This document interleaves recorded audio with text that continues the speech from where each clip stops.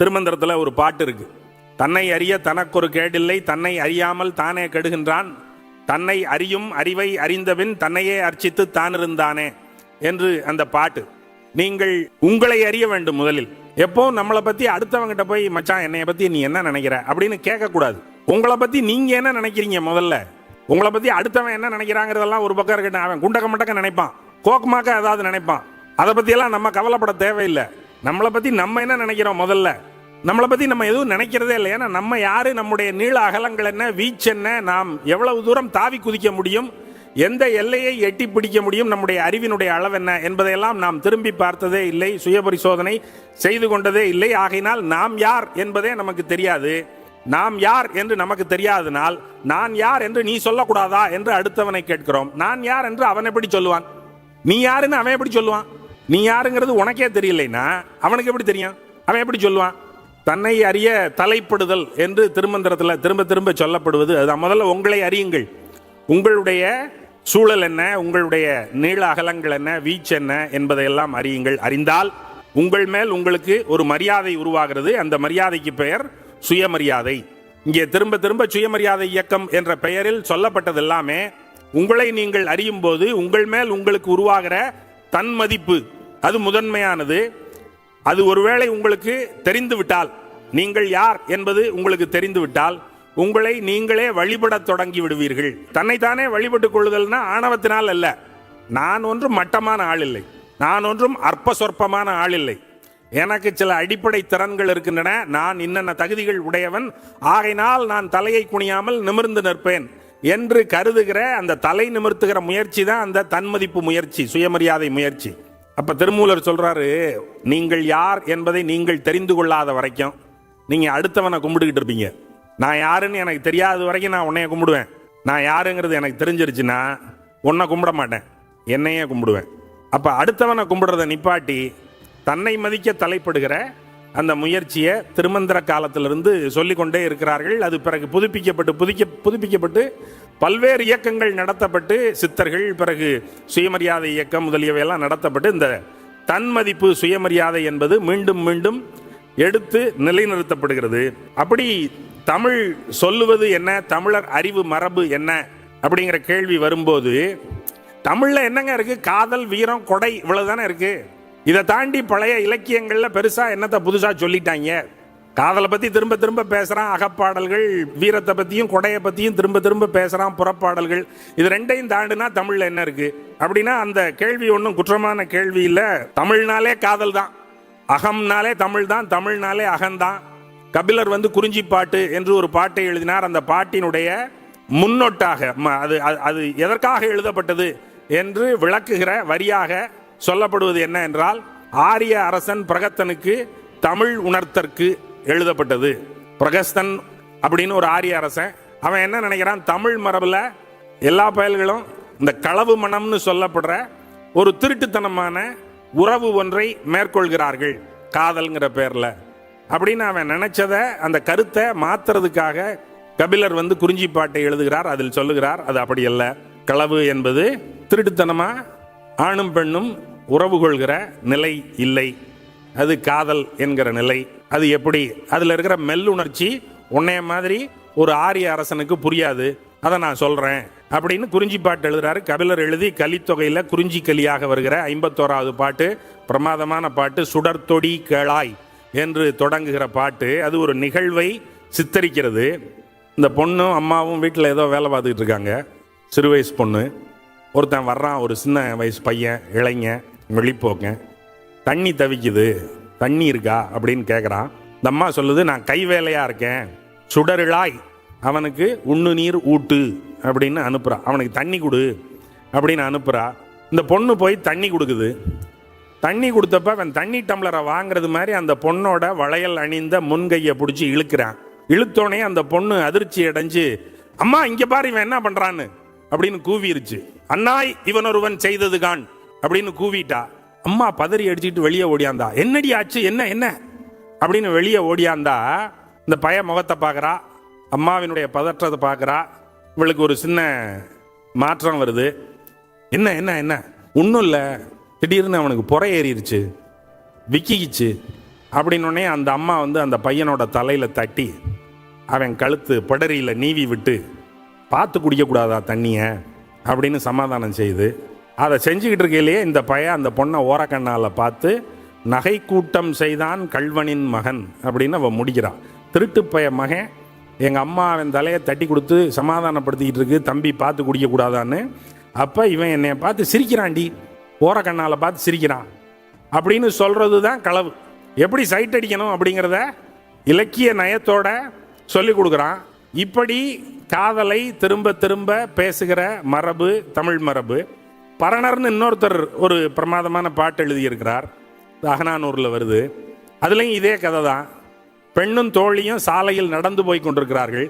ஒரு பையன் வேகமாக வந்தான், அந்த பொண்ணு கையை பிடிச்சி இழுத்துட்டான். அந்த பொண்ணு ஊன்னு கத்திருச்சு. கத்தினோடனே இந்த பையன் கத்தி ஊரை கூட்டிடுவா போல இருக்கே அப்படின்னு அலறி அடிச்சுட்டு ஓடி போயிட்டான். ஓடி போனோடனையும் தோழி கேட்குறா, என்னடி இது அப்படின்னா, இந்த நிகழ்வு வீட்டுக்கு போனதுக்கு பிறகு அம்மாட்ட சொல்லணும்ல, ஒரு பையன் இந்த மாதிரி ரோட்டில் என்னை கையை பிடிச்சி இழுத்துட்டான் அப்படின்னு. இவ சொல்லலை. தோழி கேட்குறா, நீ ஏன் உங்கள் அம்மாட்ட சொல்லலை அதை அப்படின்னு கேட்குறா. அதுக்கு இவ சொல்கிறா, சொல்லணும்னு தான் நினச்சேன், ஆனால் அந்த நாக்கும் அன்னமும் ஒட்டிக்கிச்சு. எப்படி ஒட்டிக்கிச்சுன்னா சாணக்கல் மாதிரி ஒட்டிக்கிச்சு. இது என்னடி உதாரணம், சாணக்கல் மாதிரி ஒட்டிக்கிச்சுன்னு? சாணக்கல் எப்படி செய்வாங்க? சாணக்கல் நீங்கள் இப்போ பார்க்குறீங்க, கத்தி அருகாமனையெல்லாம் தீட்டுறான். இந்த சாணக்கல்லை எப்படி செய்வான்? இதை ஒரு சான்றா, ஒரு உதாரணமாக எடுத்துக்காட்டாக அந்த பாட்டில் வைக்கிறான்.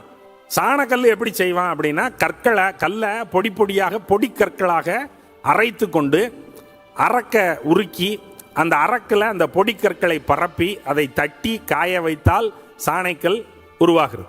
எப்படி அந்த அரக்கும் சாணைக்கல்லும் ஒன்றை ஒன்று விடாமல் இறுக்கமாக பிடித்துக் கொள்கின்றனவோ, அதை போல என்னுடைய அன்னமும் நாக்கும் ஒன்றை ஒன்று இறுக்கமாக பிடித்து கொண்டன. என்னால் பேச முடியவில்லை. இந்த பையன் இப்படி கையை பிடிச்சி எழுதுட்டாங்கிறத எங்கள் அம்மாட்ட என்னால் சொல்ல முடியல அப்படின்னு அவ சொல்றா. சரி, எந்த ஊருக்காரன் என்ன ஏதுன்னு தெரியுமா அப்படின்னு தோழி கேட்குறா. இவ சொல்றா, இந்த அருவிக்கரைக்கு கீழே ஆமை ஆன்னு வாயை பிளந்துக்கிட்டு உட்கார்ந்துருக்குமே அந்த ஊரு அப்படிங்கிறா. இது என்ன விந்தையா இருக்கு? அருவிக்கரைக்கு கீழே ஆமை ஏன் ஆன்னு வாயை பிளந்துக்கிட்டு உட்கார்ந்துருக்கு அப்படின்னா, அந்த அருவிக்கரைக்கு மேலே ஒரு ஊர் இருக்கு, அந்த மலையில் ஒரு ஊர் இருக்கு, ஒரு சிற்றூர். அந்த சிற்றூரில் ராத்திரி அவங்க கள்ளு குடிச்சு கொண்டாட்டமாக ஒரு வாழ்க்கையை வாழ்ந்து அந்த கள் குடித்த பானைகளை அந்த அருவி நீரில் கழுவுகிறார்கள். அந்த அருவி நீர் கல் கலங்களோடு சேர்ந்து கீழே வழிகிறது. அப்படி கல்லோடு சேர்ந்து வழிந்த அந்த நீரை கீழே இருக்கிற ஆமை பருகி பருகி பழகி இருக்கிறது. இப்போது ஆமை கள் குடித்த ஆமை ஆகையினால் எப்போது அடுத்த கல் கலங்கள் அந்த அருவி நீர் வழியாக வரும் என்று ஆவென்று வாயை பிளந்து கொண்டு உட்கார்ந்திருக்கிறது. அந்த ஊர்க்காரன் அவன் அப்படின்னு அவ சொல்றா. வில்லங்கமான ஊரா இருக்கும் போல் இருக்கு, திருட்டு பைய மகனா இருப்பான் போல் இருக்கு, இவனோட சேர்றிய இவன் ஏதாவது செஞ்சிருவான் அப்படின்னு தோழி சொல்றா. இவ சொல்றா, கொலையா கொல்றான், பாடா இருக்கு, ஆனாலும் அது எனக்கு பிடிச்சிருக்கு அப்படின்னு சொல்லி அந்த பாட்டை முடிக்கிறா. ஆமை கள் குடிக்கிறது வழக்கம் இல்லை, ஆனால் ஆமை கள் குடிச்சு பழகி ஆன்னு வாயை பிளந்துக்கிட்டு எதிர்பார்த்துக்கிட்டு இருக்கிறது மாதிரியே இவன் கையை பிடிச்சி இழுக்கப்படுறதுங்கிறது ஒரு பெண்ணுக்கு எல்லா நாளும் நடக்கிற வழக்கம் இல்லை. ஆனாலும் அது உண்டாக்கிய நெகிழ்வும் காதல் உணர்ச்சியும் அவன் மீண்டும் எப்போது கையை பிடித்து இழுப்பான் என்று எதிர்பார்த்து காத்து கொண்டிருக்கிற ஒரு நிலையை அந்த பெண்ணுக்கு உருவாக்கிய செய்தியை வெவ்வேறு உதாரணங்கள் வழியாக ரொம்ப அழகாக காட்சிப்படுத்துகிற அந்த காதல் பாட்டு இது தமிழ் அறிவு மரபில் இருக்கு. ஏங்க இதெல்லாம் அறிவு மரபாங்க? இந்த மாதிரி காதலிக்கிறது, எப்படி கையை பிடிச்சி இழுக்கிறது, இதையெல்லாம் சொல்லி கொடுக்கறது ஒரு அறிவு மரபா அப்படின்னா, அடுத்த கட்டமாக அந்த வீரம் கொடை இதுக்கு போனோன்னு வச்சுங்க. அதில் ஒருத்தன் எனக்கு ரொம்ப பசிக்குதுங்கிறான். இவன் சொல்கிறான், நான் அந்த ஈர்ந்தூர் கிழான் தோயன் மாறன் அப்படின்னு ஒருத்தனை பார்க்கறதுக்காக போகிறேன், நீயும் வா, அவன் ஏதாவது கொடுப்பான் சாப்பிட்றதுக்கு அப்படின்னு கூட்டிகிட்டு போகிறான். நீயும் வம்மோ அப்படின்னு ஆரம்பிக்குது அந்த பாட்டு. நீயும் வா அப்படின்னு கூட்டிகிட்டு போகிறான்.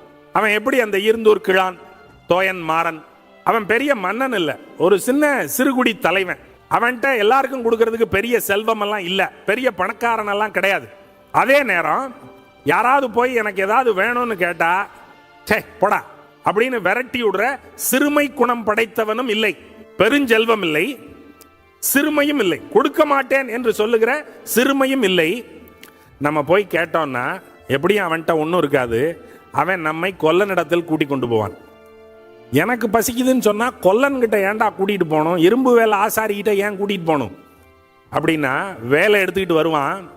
வேலை எடுத்துக்கிட்டு வந்து ஆசாரிக்கிட்ட வேலை கொடுத்து வேலை தீட்டித்தா இவன் பசிக்குதுன்னு சொல்றான் அப்படின்னு சொல்லுவான். எனக்கு பசிக்குதுன்னா ஆசாரி வேலை தீட்டுறதுனால என்னுடைய பசி எப்படி தீரும்? ஆசாரி வேலை தீட்டி கொடுத்தான்னா இவன் போற வழியில எவனையாவது கொள்ளையடிச்சு நமக்கு ஏதாவது கொடுப்பான், அல்லது எதையாவது வேட்டையாடி நம்முடைய பசியை நிரப்புவான். ஆக மொத்தம் நம்முடைய பசியை தீர்ப்பது அவனுடைய கடமை. தன்னுடைய வேலை கொண்டு அதை சாதிப்பான். கொள்ளையடித்து சாதிக்கிறானோ அல்லது வேட்டையாடி சாதிக்கிறானோ அது அவனுடைய பொறுப்பு.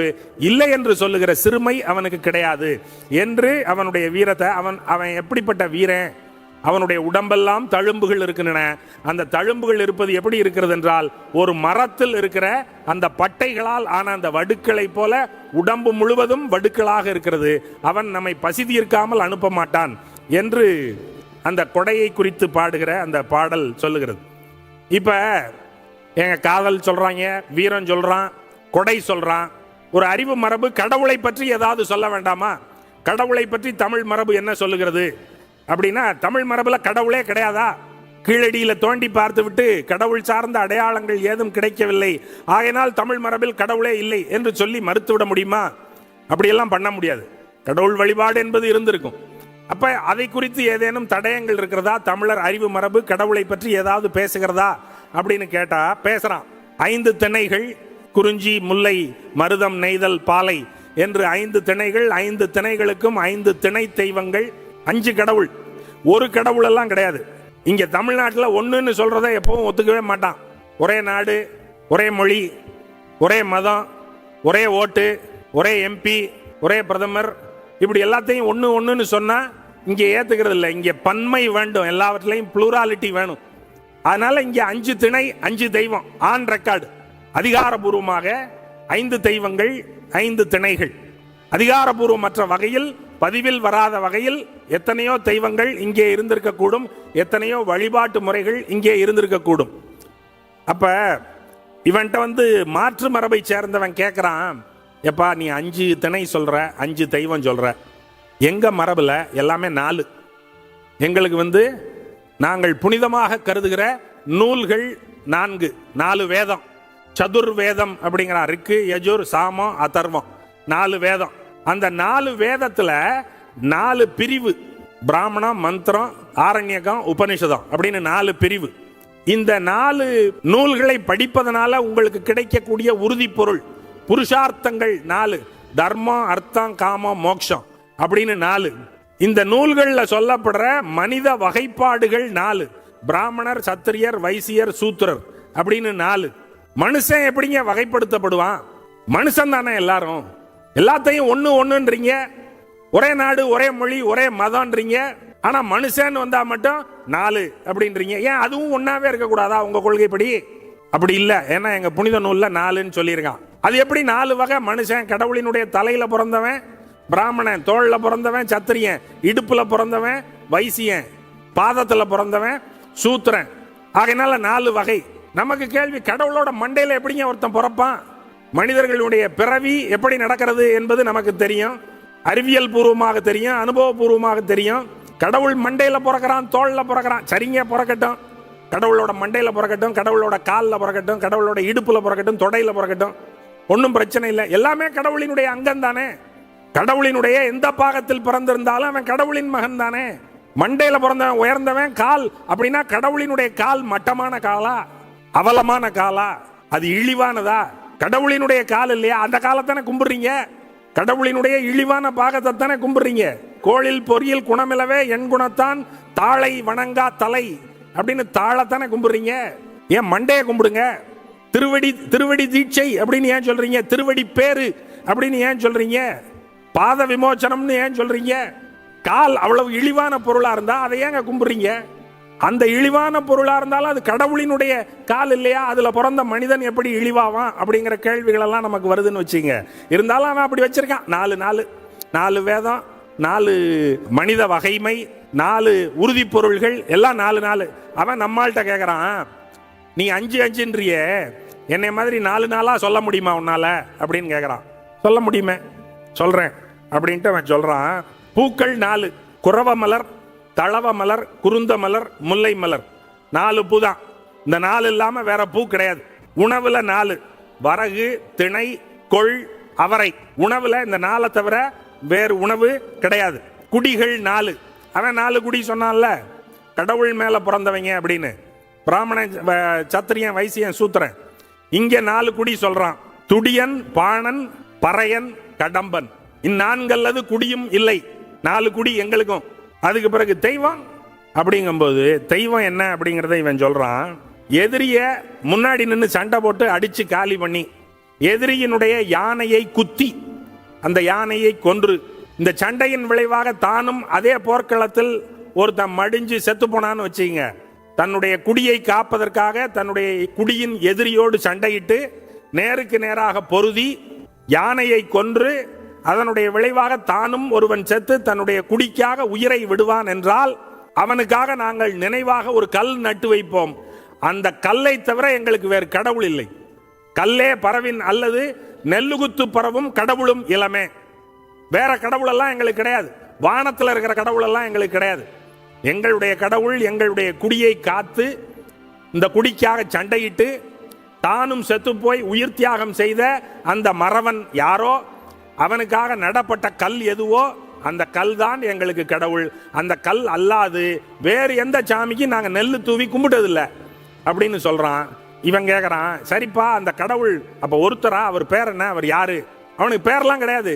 இப்படி எந்தெந்த குடிக்காக எவன் செத்தானோ அவனுக்கெல்லாம் கல்லு நட்டு வச்சு அவனை எல்லாம் கும்பிடுவோம். அப்படின்னா எத்தனை பேரு, எத்தனையோ. அவன் பேர் என்ன, என்னென்னமோ. அவன் பேரை நீங்க என்ன வேணா வச்சுக்கலாம். நீங்க வஉசின்னு வச்சீங்க, பிரபாகரன் வச்சீங்க, காமராஜர்னு வச்சீங்க, பெரியார்னு வச்சீங்க. குடிக்காக முன்னின்று சண்டையிட்டு செத்து குடிக்காவலுக்காக உயிர் துறந்த தியாகி எவனோ அவன் நாங்கள் வழிபடும் தெய்வம் என்று இவன் சொல்றான். அது ஒற்றை தெய்வமானா ஒற்றை தெய்வம் இல்ல. ஊருக்கு ஊர் இன்னைக்கும் தொல்பொருள் ஆய்வாளர்கள் புலிக்குத்தி கல் என்று ஒரு கல்லை கண்டெடுக்கிறார்கள். எல்லா ஊர்லேயும் புலி அவர்களுடைய ஊருக்குள் வந்து ஆடுகளை, மாடுகளை, மனிதர்களை வேட்டையாடும் போது ஒரு வீரன் அதை எதிர்த்து வேளால குத்தி கொள்கிற அந்த காட்சியை, புலி அவனை அடிச்சிருக்கும், அவன் புலியை குத்தி இருப்பான். ஆனால் அவனுக்கு ஒரு சிலையை செஞ்சு வச்சு புலிக்குத்திக்கல் அப்படின்னு சொல்லி அவனை வழிபாட்டிற்குரிய தெய்வமாக ஆக்குகிற மரபு தமிழ் மரபு. அப்ப குடிக்காவல் எவன் செய்தானோ அவன் தெய்வம். ஏன் இந்த குடிங்கிறீங்களே, குடினா என்னங்க அப்படின்னா எவன் கூடி இருக்கிறானோ அவன் குடி. கூடுதல் என்கிற வேரின் அடிப்படையிலிருந்து வந்தது, செயலின் அடிப்படையிலிருந்து வந்தது குடி. குடியிலிருந்து வந்ததுதான் குடிசை. சேர்ந்திருந்தால் தான் குடி, சேர்ந்திருந்தால் தான் குடிசை, சேர்ந்திருந்தால் தான் குடிமை. சிவிலிட்டி அப்படிங்கிறது சிவிலைசேஷன்ல இருந்து வரல. குடிமை என்பது கூடியிருக்கிற பண்பிலிருந்து வருகிறது. கூடியிருங்க, ஒன்றாக சேர்ந்திருங்கள், கூடியிருந்து குளிர்ந்தேலோர் எம்பாவாய் என்று ஆண்டாளினுடைய பாட்டில் வருகிறது. கூடாரை வெல்லும் சீர் கோவிந்தா என்கிற பாட்டில் கூடியிருந்து குளிர்ந்தேலோர் எம்பாவாய் அப்படின்னு வருது. ஒரு உணவு செய்தால் அந்த நோன்பின் போது அவர்கள் அக்கார வடிசல் செய்வார்கள். அக்கார வடிசல் செய்து அதை எல்லோருடன் பங்கிட்டுக் கொள்கிற அந்த பண்பு அந்த ஒரு நாளில் கடைபிடிக்கப்படுகிறது. அப்ப கூடியிருந்து குளிர்தல் என்பதுதான் குடியை உருவாக்குகிறது. குடி என்பது ஒன்றாக இருத்தல். அப்ப தெய்வம் என்பது குடி காக்கும் தெய்வம் தான். காக்கலைனா, ஒரு தெய்வம் என்னை காக்காதென்றால் அது என்னுடைய தெய்வமே இல்லை. அதனால ரினவுன்ஸ் பண்றான் தெய்வத்தை. இறந்தும் உயிர் வாழ்தல் வேண்டின் பறந்து கெடுக உலகியற்றியான் அப்படின்னு சொல்லுகிற போது இந்த தெய்வம் நாசமாக போகட்டும். தெய்வத்துக்கு சாபம் கொடுக்கிறான். தெய்வங்கள் சாபம் கொடுக்கிற தன்மை போக தெய்வத்திற்கு சாபம் கொடுக்கிறான். ஏன் கொடுக்கிறான்னா, என் குடியை அது காக்காது, என்னுடைய குடி நன்மையை அது பேணாது. என்னுடைய குடியில் இருக்கிறவன் ஒருவன் பிச்சை எடுத்து சாப்பிடுகிற நிலைமை உருவாகும் என்றால் இந்த நிலைக்கு எங்களை தள்ளிய அந்த தெய்வம் நாசமாய் போகட்டும் என்று சாபம் கொடுக்கிற நெஞ்சுரம் தமிழ் மரபில் இருக்கிறது. கடவுளுக்கு சாபம் கொடுக்கிற அறிவு எளிய அறிவா என்று நீங்கள் வெறும் காதலையும் வீரத்தையும் கொடையையும் போற்றி பாடியவன், உணர்ச்சிகளினுடைய கொந்தளிப்பில் திளைத்து கிடந்தவன், அதை மட்டுமே பாடிக்கொண்டிருந்தவன் கடவுளுக்கு சாபம் கொடுப்பதும் உணர்ச்சியினுடைய கொந்தளிப்பா? அவன் ஒரு வேலிடான கேள்வி ஒன்ன வைக்கிறான். நான் பிச்சை எடுத்து சாப்பிட்ற நிலைமை ஒரு சமூகத்தில் உருவாகும்னா, இந்த சமூகத்தை உருவாக்கியவன் அவன் கடவுளாக இருந்தால் கடவுள், மன்னனாக இருந்தால் மன்னன், அவன் நாசமா போட்டும் அப்படின்னு சொல்ற உரமும் அறிவு திறமும் தமிழ் மரபில் இருக்கிறது. இன்னொரு பாட்டு இருக்கு. ஓரில் நெய்தல் கரங்க ஓரில் ஈர்ந்தன் முழவின் பாணி ததும்ப புணர்ந்தோர் பூவணி அணிய பிரிந்தோர் பைதலுண்கண் பணிவார்பு நீர் புரைய படைத்தோன் மன்றவ பண்பிலாளன் இன்னாதம்ம உலகம் இனிய காண்கிதன் இயல்புணர்ந்தோரே என்று ஒரு பாட்டு வருகிறது. ஒரு வீட்டில் கல்யாணம் நடக்குது. புதுசா கல்யாண தம்பதிகள் மாலை போட்டு அதற்கான கல்யாண மேளம் முழங்கி அவர்கள் ஒன்று கூடுகிறார்கள். மற்றொரு வீட்டில் இழவு, ஒருத்தன் செத்து போயிட்டான். அங்க தாலி ஏறுது, இங்க தாலி இறங்குது. அங்க கல்யாண மேளம், இங்க சாவு மேளம். அங்க மகிழ்ச்சியின் ஆரவாரம், இங்க அழுகையின் அலங்கோலம். உலகம் இருவேறு தன்மைகள் உடையது. சில பேர் துன்பப்படுகிறார்கள், சில பேர் இன்பம் அடைகிறார்கள். அப்ப படைத்தவன் இதையெல்லாம் ஒழுங்கா படைக்கல. எல்லாரும் இன்பமாக இருக்குமாறு ஏன் கடவுள் படைக்கவில்லை என்றால் இந்த கடவுள் சரியில்லை, பண்பில்லாத கடவுள். படைத்தோன் மன்ற அப்பண்பிலாளன், அவனுக்கு பண்பாடு இல்லை. அதனால அவனை தள்ளிரு, கடவுளை தள்ளிரு. இந்த உலகம் இனியதில்லை, இன்னாததுதான், துன்பங்களைத்தான் கொண்டு வருகிறது. ஆனால் இவற்றின் ஊடாக இன்பங்களை கண்டுகொள்கிற அறிவை கை கொள்ளுங்கள் என்று உபதேசம் செய்கிற பாட்டாக அது வருகிறது. அப்ப இந்த அறிவு மரபு எவையவற்றையெல்லாம் பாராட்டியதோ அவையவற்றையெல்லாம் பிறகு ஒரு காலத்தில் அறிவு வளர்ச்சியடைந்த நிலையில் நிராகரிக்கிறது. தான் போற்றியவற்றையே தான் நிராகரிக்கிறது. நீங்க எப்படியாவது புகழடைங்க அப்படின்னு சொல்றான் ஒரு பாட்டுல. நீ சண்டை போட்டதெல்லாம் போதும், முன்னாடி சண்டை போடு சண்டை போடு, குத்து கொல்லு அப்படின்னு சொல்லிக்கிட்டு இருந்த ஒரு மரபு ஒரு கட்டத்தில் சண்டை போட வேண்டாம், புகழடைறதுக்கான வழியை பாரு அப்படின்னு சொல்ல தொடங்குறான். பிறகு அந்த புகழ் ரொம்ப எளியதாக நீங்கள் விலைக்கு வாங்கக்கூடியதாக ஆகிவிடும் என்கிற நிலையில குடப்புலவியனார் அப்படின்னு ஒரு புலவர் இருந்தாரு. பாண்டியன் ஆரியப்படை கடந்த நெடுஞ்செழியனுக்கு ஒரு உபதேசம் சொல்லுகிறார். நீ இவ்வளவு நாள் சண்டையிட்டாய், எல்லா ஊர்களையும் வென்றாய், பெரிய அரசனாகிவிட்டாய், போதும். சண்டையினால் புகழ் வராது. புகழ் வர வேண்டும் என்றால் அதற்கு நீ வேறு வேலை செய்ய வேண்டும். என்ன வேலை செய்யணும் அப்படின்னா, அவர் ஒரு லாஜிக்கலா ஒரு பாட்டு ஒன்ன சொல்றாரு. நீரின்று அமையாது உலகு அப்படின்னு ஒரு பாட்டு. தண்ணி இல்லாம உலகம் அமையாது, நீரென்று அமையாது யாக்கைக்கு அப்படின்னு தொடங்குற பாட்டு. உணவு வேணும், உயிர் வாழணும்னா உணவு வேணும்னா அந்த உணவை விளைவிப்பதற்கு தண்ணி வேணும். தண்ணி நிற்கிற இயல்புடையது கிடையாது, ஓடிக்கொண்டே இருக்கும். தண்ணியை நிறுத்தினா தான் விவசாயம் பண்ணலாம். ஆகையினால எந்தெந்த இடத்துல எல்லாம் நிலம் நெளிந்து வளைந்து குளிந்து போகிறதோ அந்த இடங்களிலெல்லாம் நீரை தேக்கு. நீரை தேக்கினால் விவசாயம் செழிக்கும். விவசாயம் செழித்தால் விளைபொருள் பெருகும். விளைபொருள் பெருகினால் எல்லாருக்கும் உணவு வழங்கலாம். எல்லாரும் உணவை பெறுகிற போது அவர்கள் உயிரோடு இருக்கிறார்கள். உயிரோடு இருப்பதனால் அவர்கள் அறிகிறார்கள், சிந்திக்கிறார்கள், தங்களுடைய வாழ்வை மேம்படுத்திக் கொள்கிறார்கள். ஆகையினால போர்னால புகழ் வராது, நீர்னால புகழ் வரும். நீரை பெருக்கு, போரை பெருக்காதே என்று சொல்லுகிறான். போரை பெருக்கு என்று சொன்ன ஒரு சமூகம் ஒரு காலகட்டத்திற்கு பிறகு போரை பெருக்க வேண்டாம், நீரை பெருக்கு என்று சொல்லுகிறது, புகழை பெருக்கு என்று சொல்லுகிறது. பிறகு அதே சமூகம் புகழை பெருக்குவது என்பது காசை கொடுத்து புகழை வாங்கிட்டு போயிடுவான். நீங்க ஒரு 10,000 ரூபாய் செலவழிக்கிறதுக்கு தயார்னா உங்க பேர்ல ஒரு 25-100 போஸ்டர் அடிச்சு உங்க தெரு முழுவதும் ஒட்டி புகழை பெற்று விடலாம். எளிது. காசு கொடுத்து புகழை வாங்க முடியும்னா அந்த புகழை வாங்குறது முறையானதில்லை, அந்த புகழை பெருக்குவதும் முறையானதில்லை என்று கருதுகிற இந்த சமூகம் பிறகு இன்னொரு காலத்தில் சொல்லுகிறது, புகழ் வேண்டாம், புகழை விட்டுரு, புகழுக்காக கடந்து மருகாத அப்படின்னு இன்னொரு காலத்தில் சொல்றான். ஆசையருமென்கள் ஆசையருமென்கள் என்று பின்னால் சொல்லுகிறான்.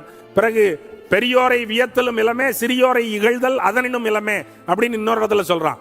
இதெல்லாம் வேண்டாம். அவன் பெரியவன், அவனை புகழவும் வேண்டாம். இவன் சிறியவன், இவனை இகழவும் வேண்டாம் என்று நேர் எதிர்மறையான கருதுகோளுக்கு போகிறார்கள். எது எதையெல்லாம் போற்றினார்களோ அது எதையெல்லாம் கைவிட்டார்கள். எல்லாவற்றையும் கைவிட்டான். கைவிட்டு அதற்கு நேர் எதிரான கருதுகோள் பேசுறான். இப்படி தான் பேசியதையே தான் மறுக்கிற ஒரு அறிவு சமூகம். தமிழர் அறிவு மரபு என்பது காதலோடும் வீரத்தோடும் கொடையோடும் முடிந்து விடுவதில்லை, புகழோடு முடிந்து விடுவதில்லை. அவற்றையெல்லாம் மீண்டும் மீண்டும் சீர்தூக்கி பார்த்து, மண்ணை தோண்டி தண்ணீர் தேடும் அன்பு தங்கச்சி, என்னை தோண்டி ஞானம் கண்டேன், இதுதான் என் கட்சி என்று அந்த திரைப்பட பாடலில் வருவது போல தமிழ் சமூகம் தன்னைத்தானே தோண்டி தோண்டி திரும்ப திரும்ப தான் கருதியவற்றையெல்லாம் சரியானதுதானா என்று சீர்தூக்கி பார்த்து கொண்டே இருக்கிறது. மாற்ற வேண்டியவற்றை மாற்றிக்கொண்டே இருக்கிறது. தமிழ் என்பது நிலை குத்தி நின்றுவிட்ட தேரில்லை, அது அசைந்து ஓடுகிற ஆறு. அது ஓடிக்கொண்டே இருக்கிறது, அசைந்து கொண்டே இருக்கிறது. அதில் புதிய புதிய மாற்றங்கள் வருகின்றன, புதிய கிளை கால்வாய்கள் சேர்கின்றன. எல்லாவற்றையும் தழுவிக்கொண்டு ஒரு பேராறாக அது ஓடிக்கொண்டே இருக்கிறது. அது ஒரு குட்டையாக எங்கேயும் தேங்குவதே இல்லை. தமிழினுடைய அறிவு மரபு என்பது இந்த தேங்காமை தான். தமிழுக்கு சலம், தமிழ்ல சலம்னு ஒரு சொல் இருக்கு. இந்த சலம்ங்கிற சொல்ல சமஸ்கிருதத்துல ஜலம் அப்படின்னு சொல்றான். ஜலம்னா தண்ணி, ஆனா அது சமஸ்கிருத வார்த்தை இல்ல, தமிழ் சொல் தான் அது. சலசலான்னு ஓடுறதுனால தண்ணீருக்கு பெயர் சலம், சலசலப்பதுனால அதுக்கு பெயர் சலம். தமிழும் அதுபோல சலசலவென்று ஓடிக்கொண்டிருக்கிற ஒரு ஓடை, அசைந்து கொண்டே இருக்கிற ஒரு ஓடை. தமிழ்ல உயிர்னு ஒரு எழுத்து இருக்கு, மெய்யின்னு ஒரு எழுத்து இருக்குல்ல. உயிரெழுத்து மெய்யெழுத்து என்ன வேறுபாடு? உயிரெழுத்து அசையும், மெய்யெழுத்து நிலைகுத்தி நிற்கும். ஆ க ஞ ச அப்படின்னு சொன்னா அதுல ஒரு அசைவு இருக்கு, அது முற்றுப்புள்ளி விழுகல, அதுல ஒரு தொடர்ச்சி இருக்கு. இக்கு இச்சு இப்பு அப்படின்னா அந்த இடத்துல ஒரு முற்றுப்புள்ளி விழுந்து அது நிலை குத்தி நின்று விடுகிறது.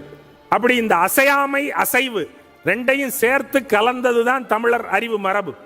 அசைந்து கொண்டே இருத்தல், எங்கே நிலைகுத்தி நிற்க வேண்டுமோ அங்கே மட்டும் நிலைகுத்தி நிற்பது. வினையும் பெயரும் என்று இரண்டு சொற்கள் இருக்கின்றன, வினை சொல் பெயர் சொல். வினை என்பது அசைந்து கொண்டே இருப்பது, பெயர்ந்து கொண்டே இருப்பது. இட் கீப்ஸ் ஆன் சேஞ்சிங், மாறிக்கொண்டே இருக்கும் வினை. நீங்கள் ஒரு வினை செய்கிறீர்கள் என்றால் அசையாமல் உங்கள் வினையை செய்ய முடியாது. ஆனால் பெயர் என்பது நிறுவுவது, உங்களுடைய பெயரை நட்டு வைப்பது, அது அசையாமை. அப்ப இந்த அசைதல் அசையாமை இரண்டுக்கும் இடையில் இருக்கிறது தமிழர்களினுடைய அறிவு. அதனால வினையே ஆடவர்க்கு உயிரே அப்படின்னு இங்க சொல்றான். ஆடவர்க்குன்னு மட்டும் அதை கட்டுப்படுத்த முடியாது. அது பழைய நாள்ல ஆடவர்க்கு உயிரேன்னு சொன்னா, வினையே மனிதருக்கு உயிரே அப்படின்னு வேணா வச்சுக்கலாம். அசைந்து கொண்டே இருத்தல் அப்படிங்கிறது தான் அறிவு மரபு என்பது. நிலைகுத்தி நிற்காமல் அசைந்து கொண்டே இருக்க வேண்டும். நான் அன்றைக்கு கண்டுபிடித்தேன், நான் அன்றைக்கு சொல்லி வைத்தேன், எங்களுடைய சமய மரபு இப்படி சொல்லுகிறது, ஆகையினால அதை நாங்கள் மாற்றுவதற்கு ஒப்புக்கொள்ள மாட்டோம். அது மாறாமல் அப்படியே இருக்கும், அசையாமல் அப்படியே இருக்கும். அதை இன்றைக்கும் அப்படியே வழிமொழிந்து விட்டு போங்கள் என்று சொல்லுகிற தன்மையை தமிழ் மரபு ஒப்புவதில்லை என்பதுதான் அதனுடைய அறிவு சிறப்பு. புதியவை வர வர புதியவற்றை தமிழ் மரபு ஏற்கும், பழையவற்றை பாதுகாக்கும். இந்த பழையவற்றால் பயனில்லை என்றால் அதை தூக்கி எறிவதற்கு அது தயங்காது. தான் கருதிய கடவுளையே அது தூக்கி எறிவதற்கு தயங்கியதில்லை. ஆகையினால் தமிழ் மரபு என்பது, தமிழர் அறிவு மரபு என்பது இந்த அசைதலும், அசைதல் என்பது வினைகளினால் உங்களுடைய சிந்தனையினுடைய நகர்வினால் நிகழ்வது. ஆகையினால் சிந்தனையின் வழியாக தமிழர் அறிவு மரபு நிகழ்கிறது, அசைவின் வழியாக நிகழ்கிறது. தன்னைத்தானே மறுப்பதன் வழியாக, தன்னைத்தானே மேலெடுப்பதன் வழியாக, இன்னும் முன்னேறிய நிலைக்கு தன்னைத்தானே தள்ளிக்கொள்வதன் வழியாக அது நிகழ்கிறது. ஆகையினால் அந்த தமிழர் அறிவு மரபை நீங்கள் அறிந்து கடைபிடித்து உங்களை நீங்களே மறுதலித்து உங்களை நீங்களே முரண்பட்டு உங்களுடைய மரபை முரண்பட்டு புதியவை கண்டறிந்து மேலான நிலைக்கு செல்லுங்கள் என்று வாழ்த்தி விடைபெறுகிறேன். வணக்கம்.